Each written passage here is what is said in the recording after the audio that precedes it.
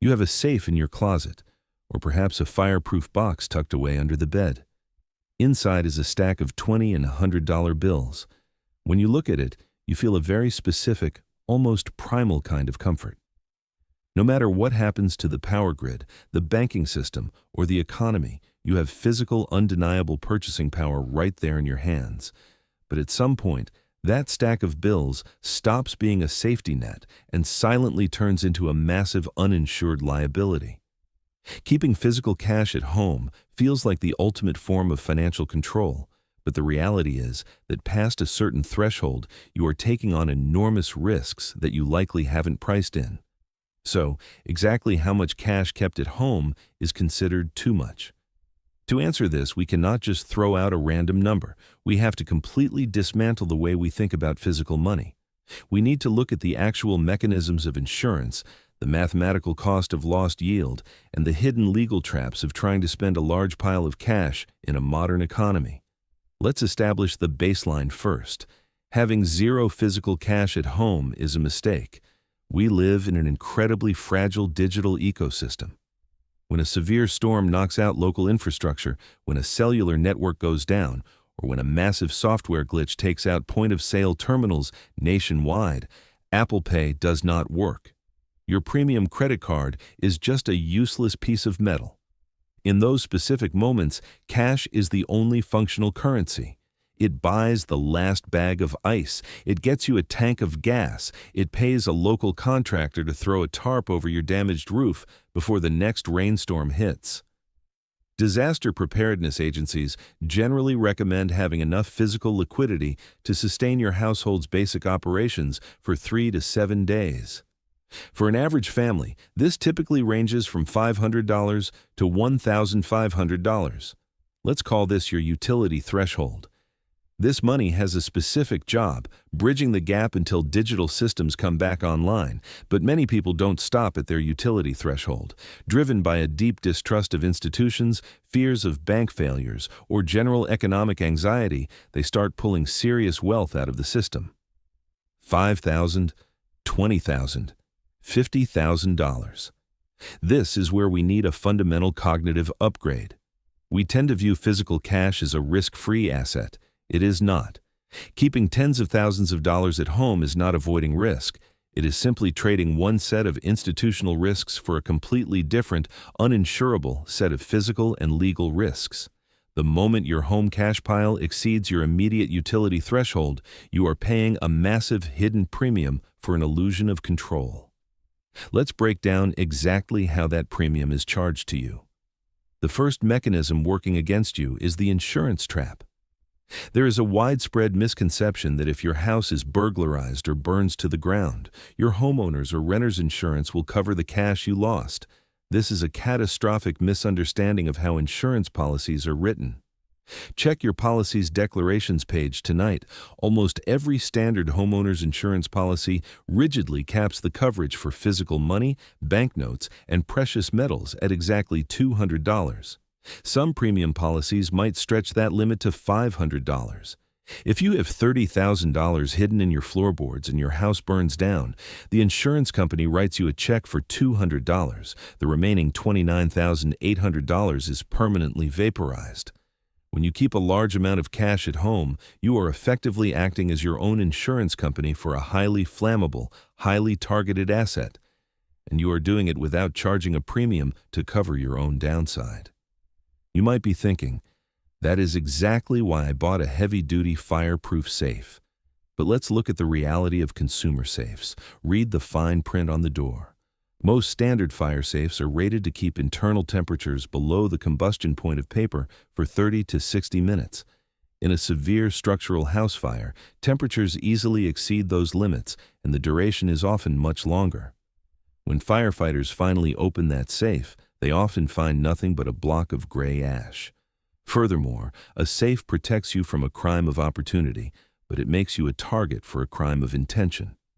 If a contractor, a delivery driver, or a relative sees a massive safe in your garage, word travels.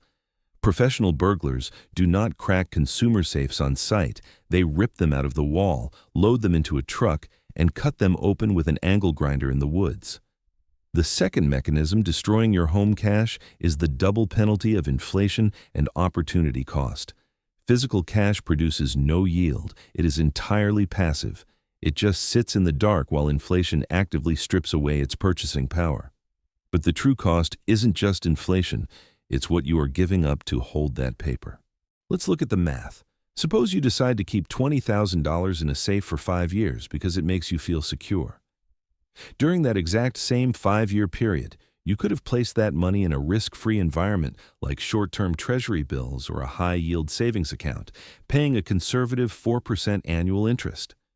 If you had taken the guaranteed 4% yield, that $20,000 would have generated over $4,300 in compound interest by the end of year 5. By keeping that money at home, you didn't just protect $20,000, you actively chose to forfeit $4,300 in guaranteed new wealth. You essentially paid a $4,300 subscription fee over 5 years just for the psychological privilege of looking at the money in your closet. When you combine the purchasing power lost to inflation with the interest you failed to earn, the cost of hoarding cash becomes staggering. It is a guaranteed financial loss masquerading as safety. But perhaps the most dangerous mechanism, and the one that catches almost everyone by surprise, is the re-entry friction. People hoard cash because they want ultimate flexibility and control. But our financial system is heavily regulated to detect money laundering, tax evasion, and illicit activities. It is incredibly easy to slowly withdraw $50,000 from the banking system over a few years. It is exceptionally difficult to put it back in when you actually need to spend it. Imagine you kept $40,000 at home, and now you want to use it for a down payment on a house, or you need to buy a car outright. You cannot simply walk into a real estate closing or a reputable car dealership and hand them a briefcase of cash. Modern transactions of that size require verifiable funds from a recognized financial institution. So, you take your $40,000 to the bank. Under the Bank Secrecy Act, any cash deposit over $10,000 automatically triggers a Currency Transaction Report, or CTR. The bank is legally required to file this report with the federal government. For a legitimate taxpayer, this is just paperwork, but it often triggers immense anxiety for the person depositing the money, who suddenly feels like they are under investigation. To avoid this, people often try to outsmart the system. They think, I'll just deposit $8,000 today, $5,000 on Friday, and another $6,000 next week. Do not ever do this. Intentionally breaking up cash deposits to avoid the $10,000 reporting threshold is a federal crime called structuring. Modern banking algorithms are explicitly designed to detect this pattern instantly. When the software flags your deposits, the bank will file a Suspicious Activity Report, or SAR. Unlike a CTR, the bank is legally forbidden from telling you they filed an SAR against you. The consequences can be severe. Banks have strict compliance departments. Rather than risk regulatory fines, a bank's easiest solution is often simply to end their relationship with you. You might receive a letter stating that your accounts are being closed, your balances will be mailed to you via cashier's check, and you have 30 days to find a new bank. The irony is profound. By hoarding cash to maintain total financial independence, you severely restrict your ability to legally deploy that money for major life upgrades. You trap your own capital. So, let's establish the definitive framework. How much is too much? We must draw a hard line between emergency liquidity and wealth storage. Tier 1. Operational liquidity. Every household needs 3 to 7 days of operational cash.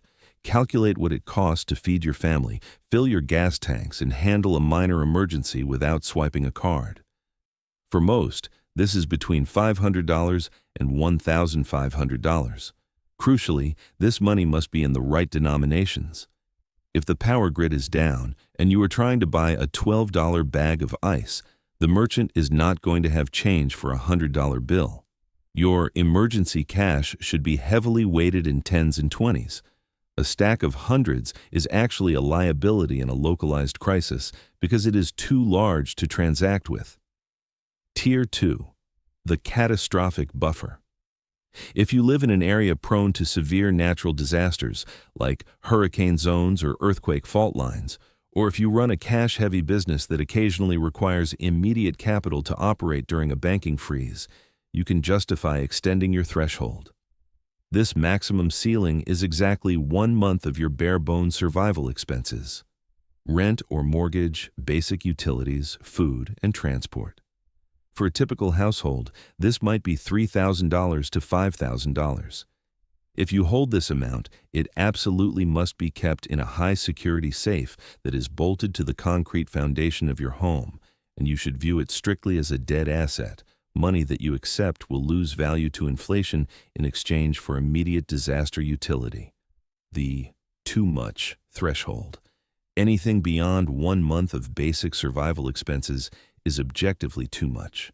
If you are holding $10,000, $20,000, or $50,000 in your home, you have crossed the line from emergency preparedness into financial self-sabotage. You are actively degrading your net worth through inflation. You are sacrificing thousands of dollars in guaranteed yield. You are exposing yourself to uninsurable total loss from fire or theft. And you are creating a massive logistical nightmare for yourself when you eventually need to reintegrate that money into the modern economy. Cash at home is a tool. It is exactly like a fire extinguisher. You absolutely need one in the kitchen. You should probably have one in the garage. But you do not fill your entire living room with fire extinguishers, because at that point, the safety equipment is literally pushing you out of your own house. A banking failure is a valid fear, but remember that bank deposits in the United States are insured by the FDIC up to $250,000 per depositor. If a bank fails, the government backstops that money. If your house burns down with $50,000 inside, nobody is coming to save you. It is time to recalculate your actual emergency number. Keep enough physical cash to bridge a localized crisis, but put the rest back into the system where it can be insured, where it can be invested, and where it can actually work for you. Take a look at what you have stored away and ask yourself, what is that false sense of security actually costing you? Let me know in the comments below. What do you consider the absolute maximum amount of cash you feel comfortable keeping on hand? And has seeing the math on lost yield changed your perspective?